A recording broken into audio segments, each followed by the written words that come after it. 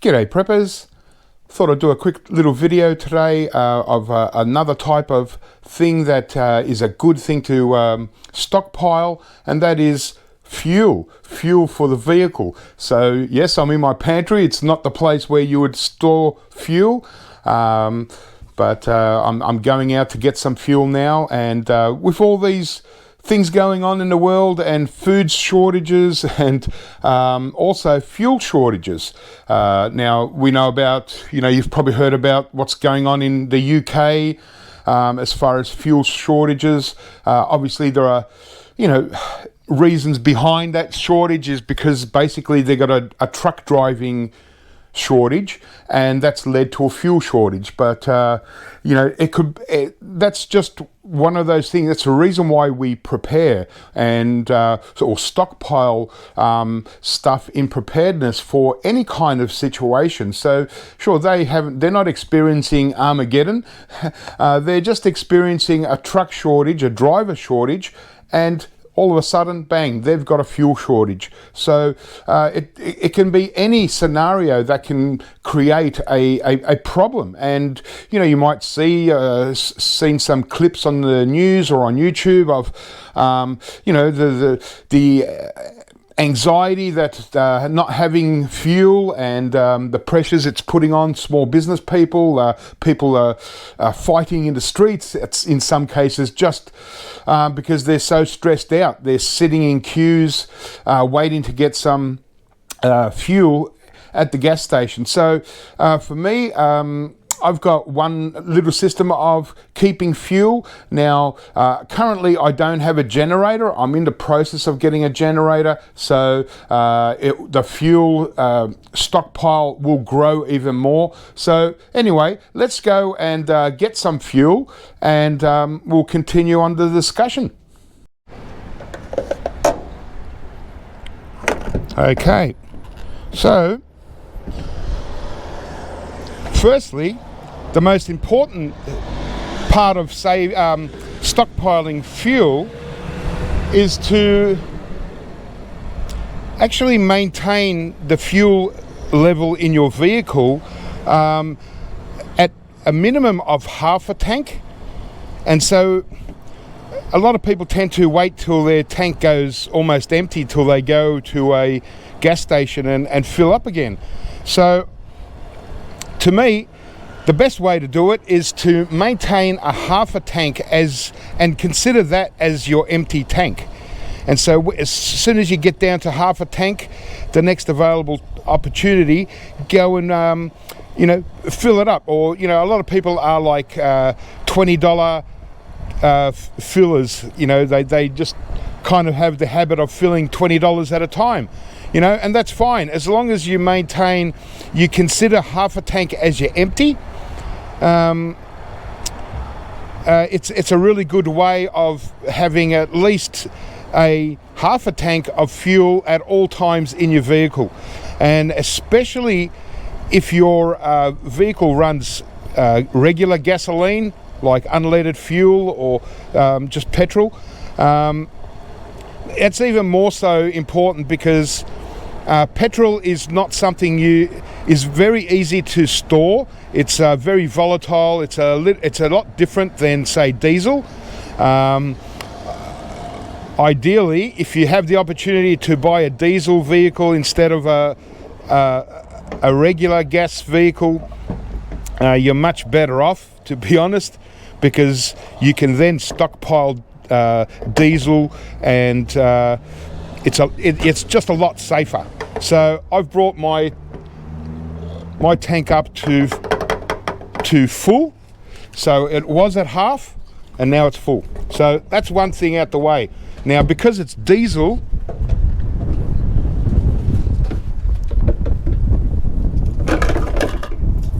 I can store diesel in fuel cans. Okay, and so I've got a couple of 20-litre drums of diesel at home, and I've got 3 new drums. And so the thing with diesel compared to petrol is, with petrol, the fumes can be quite dangerous and very hard, difficult to store. You need a different kind of setup to store petrol, because the fumes of petrol are heavier than air, and therefore they flow down and along the ground. And so you might be storing your unleaded fuel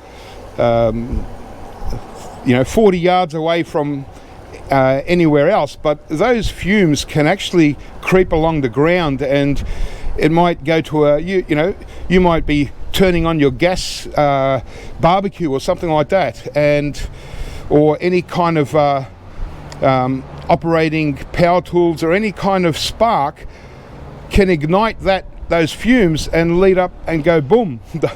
Your whole setup would be would go up in flames. So diesel doesn't really do that, and so diesel is a lot safer to store. It's also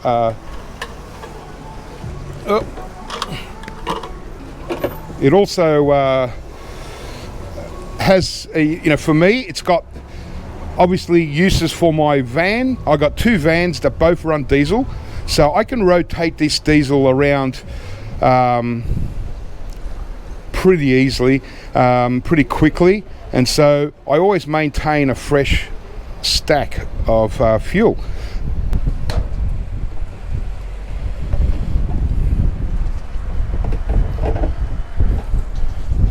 And yeah, that's probably for me, the most important part is to keep the diesel fresh. I don't want to store it long term and find I need to put additives or anything like that. It's just like your food pantry. It's not about long-term storage, really. It's all about rotating your stock. And so with this diesel, within a couple of months, I'll start using this and putting this into my van, and at the same time top up the van and refill, and then just rotate the cans around. And so always maintaining fresh stock. It's just like stockpiling cans of tuna or something. You bring in your fresh stock and you put it at the back, and away you go. So these are the new style drums that I've got. They're 20 litre, and yellow is the code for diesel. So I keep them, and these are my older ones. They're probably a little bit better quality.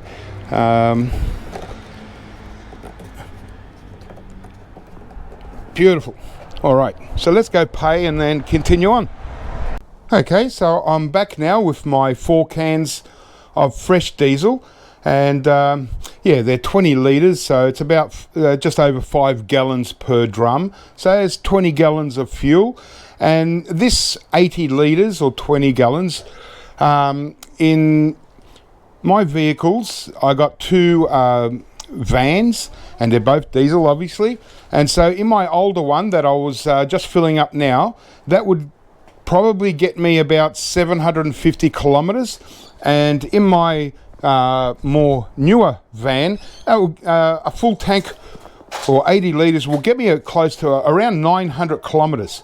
So, and that's also something to consider if you do have a 2 diesel vehicles,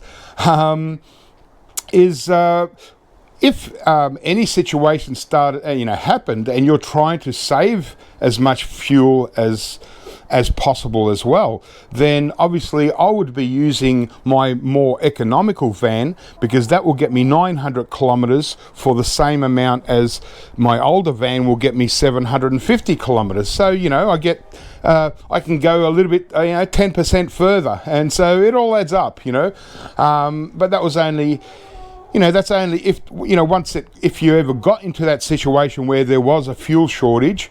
So there you go. And now it's all about, for me, it's not about long-term storage. I don't want, you know, there's possibility that, you know, in the space left between the top and where the fuel is, you know, you got expansion and stuff, and in different temperatures you can build up moisture. So long term, you know, you got to think about how to, you know, like treat it and store it, you know, probably better than most people probably can. So don't keep it too long term, keep rotating it. And so,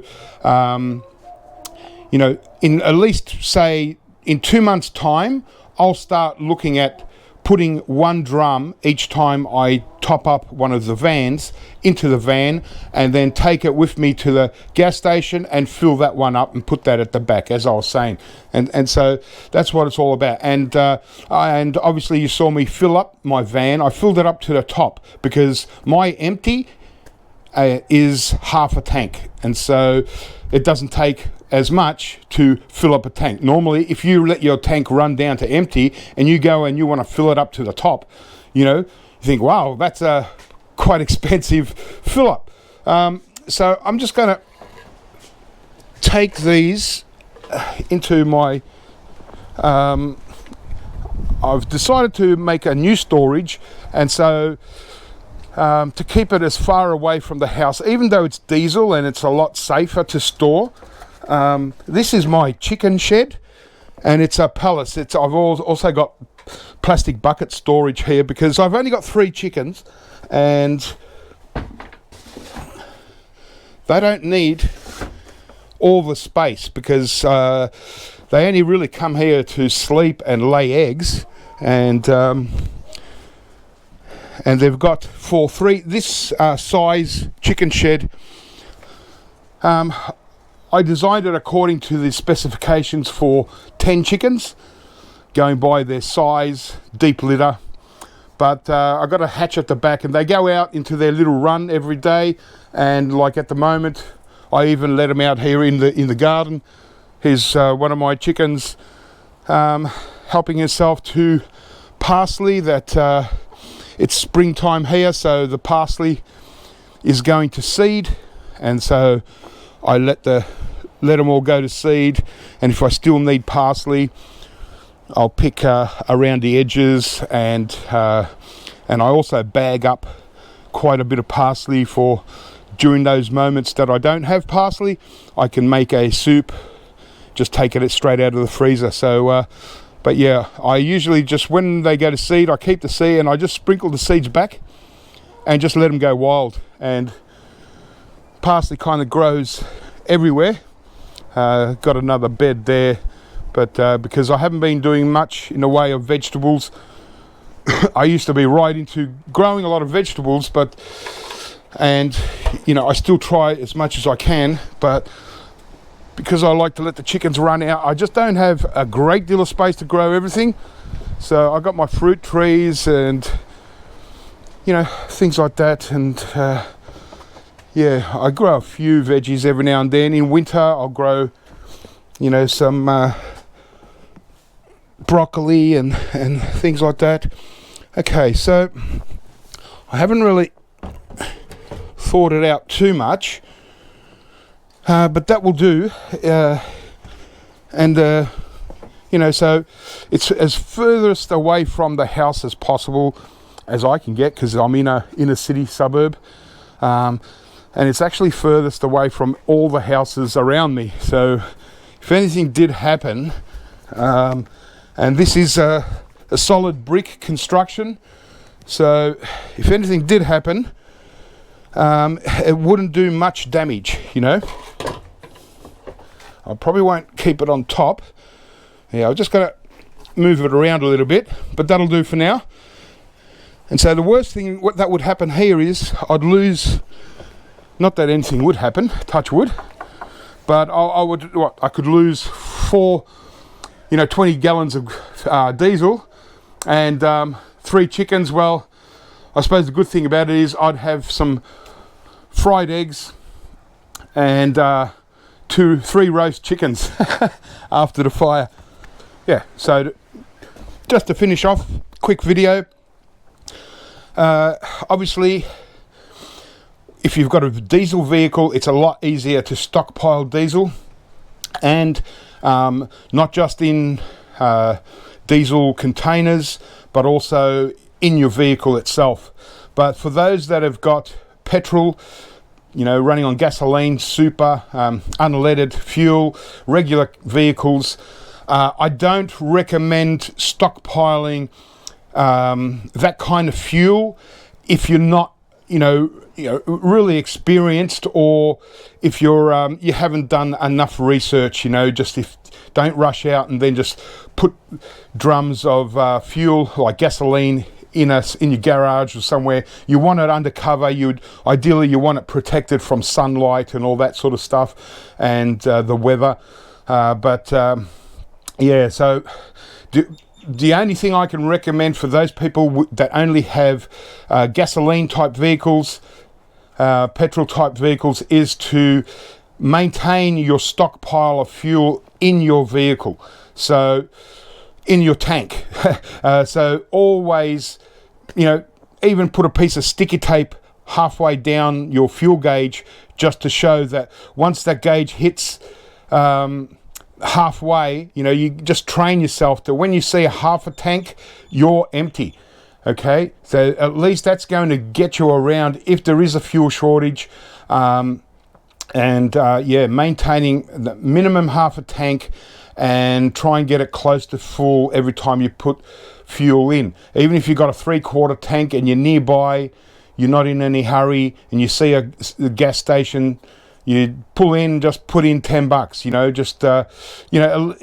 that's the least you can do, and that's pretty much all you can do, unless you're, do a lot of research in stockpiling regular gasoline in your garage or whatever. But for those that have a diesel vehicle, and I recommend, just like even in a family, they might have 2 or 3 cars in their garages, and yep, at least if one of them can be a diesel vehicle, then you can do this kind of thing a lot safer and nice and easy. Still maintain your half a tank, but get yourself some drums and stockpile some diesel, and then just rotate. So, this will be the first one I rotate from this fresh batch, but this is about 2 to 3 months away. But I try not to let it go any longer than 3 months, because I don't want to deal with any issues of water condensation and water building up, or the fuel getting stale. 3 months is not a long time. I could safely have this for 12 months and still it would still be fine. It's diesel, and diesel vehicles run a little bit differently than petrol vehicles. So look, you've seen all the fuel shortages, and you don't know what's ahead, what's possible. And if you've got a little bit of land, or somewhere where you can store diesel fuel, awesome. And now the other element to that is some people will go, and also look at generators. So if you have a diesel vehicle, you're stockpiling diesel, it makes sense to look for a diesel powered generator. That way it's also, there might be plenty of fuel, but you might not be able to go anywhere, so you might not have any use for your vehicle's fuel if some kind of situation happens, some kind of disaster or whatever, that you had to sort of stay home for a while, but there was no power, say for instance, you've got plenty of diesel to run your generators, at least to run your refrigerator and your freezer if you've got one. Your freezer, I think if you're a bit of a stockpiler of food and a prepper in some ways, even not on an extreme level, just to take opportunities to save money by buying meat and stuff like that in bulk. Having a freezer is great, but they are expensive to run, and so you want to make sure you would really want utilize that freezer and rotate and make that money back by saving the money by buying meats in bulk and things like that. Rather than making a small pot of soup, make a large pot of soup, and you freeze soups in portions. great thing. Can last 3 months in the freezer and pretty much tastes just as good as you cooked it, even better, because it gets a little bit of time to sit and mature. Like most foods, you cook something tonight, yeah, it's okay, but if you leave it in the fridge for the next day and have it as leftovers, it somehow tastes better. Rices and pastas and all kinds of things just taste better the next day. But anyway, this is all about fuel, so this is what I do. I suggest, if you haven't stockpiled fuel before, look it up on YouTube. There's plenty of videos. There's a lot more smarter people than me that will tell you, give you opportunity, ideas. And then obviously I'm in an inner city area, so obviously if you were in a more rural area, and you might have something, you might definitely have a generator, a larger generator. You might have a tractor or something that uses diesel fuel as well. Then that's probably a bigger level. There are videos also, quite a few really good ones on YouTube for people on homesteads that have tractors and stuff, and they're stockpiling diesel in very large tanks because you need it. You can't be running off to the gas station 50 miles away every couple of weeks to get diesel for your tractor. So it's important to get a larger containers and stockpile, but that's a different thing. I can only speak for my own situation, and as you can see, this is my backyard. I'm in a city, Melbourne, so I'm like 7-8 kilometers away from the city, so I'm in the heart of things. So this is as much space as I've got at the moment, and just got to make do with what we got. Keep prepping, guys. Have fun, and I'll catch you next time.